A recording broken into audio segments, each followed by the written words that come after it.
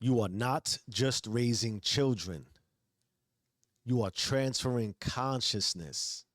And if you do it right, they'll fly without ever asking for permission. But if you do it wrong, they'll either stay grounded out of fear or take off and never come back. Warning, this episode might make you cry, not because it's sad, but because it's accurate. And when you realize you were never supposed to clip their wings, only teach them how to soar, that realization comes with consequence. Side effects may include sudden flashbacks to moments you confused obedience with fear, the weight of watching your daughter become you before you healed, the grief of remembering when your son stopped crying around you, and the realization that your presence should be the launch pad, not the leash. Consider yourself warned. Now let's work. My daughter walks past me like she does not need me. But the way she positions her bag every morning, that's her asking me to pack it. That's her nonverbal reminder that she still wants me involved. She does not ask for water. She places the bag. I place the bottle. That is the signal. That is the flight transfer. It doesn't always come with hugs and eye contact. Sometimes it comes with silence and shadows. But if you are present, you learn to feel the signal. So she does not talk a lot, but when she does, it lands heavy. She mimics me when she argues. She wears my hoodies when she wants to feel close. And when she smiles at something small, I know it's not about what I did in the moment. It's about the pattern I kept long before. My son is different. He's quieter. When the Knicks win, he runs straight to me. When they lose, he cries. And I let him. Because the last thing I'll ever do is teach a boy to bury passion. That's when I realized I'm not just raising them to stay. I'm raising them to leave without losing me. Let me tell you what I was never taught. Raising children isn't about obedience. It is about authorship. You don't want them repeating your commands. You want them repeating your courage. You want them remembering how you moved when nobody else was watching.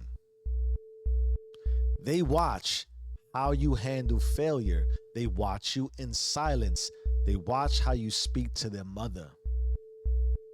They watch how you react when you're wrong. That is the protocol, not what you teach, what you transfer. Because one day they will fly, and what they carry in flight will either be fear or foundation. Let me explain how this works. Children aren't raised, they are coded. Every repetition becomes instruction. Every tone becomes data. Every moment you show restraint, they gain range. Every moment you lose control, they lose safety. You think you're just parenting. You are authoring their inner narrator. You are literally constructing the voice they'll carry when you are not in the room. And here's the transfer most parents miss. They think control is protection, but control is a virus, and it will corrupt the very system you're trying to secure. If you don't transfer authorship with care, they'll fly without formation. They'll build relationships out of need, not remembrance. They'll confuse silence with safety.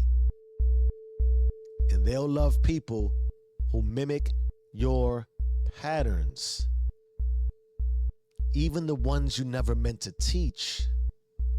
And the worst part, when they crash, they won't call you because they'll think they disappointed the pilot who never taught them turbulence was part of the process. And since you don't want that flight to crash, I got you. You got the call. Now move like it's recorded. General quarters, all hands man your battle stations, all hands man your battle stations. We start with an audit. Ask yourself, what subconscious signal are you sending your kids about emotions? Are tears punished? Is silence rewarded? Is passion seen as weakness? Then you want to hit them with the remix.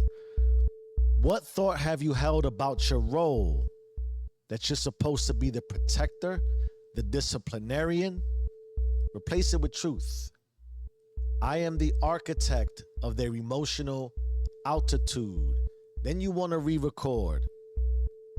What action will you take this week to make flight feel safe? Let them cry. Tell them when you feel weak. Show them strength isn't silence, it's stability. One day, they'll walk out that door and they won't ask for permission.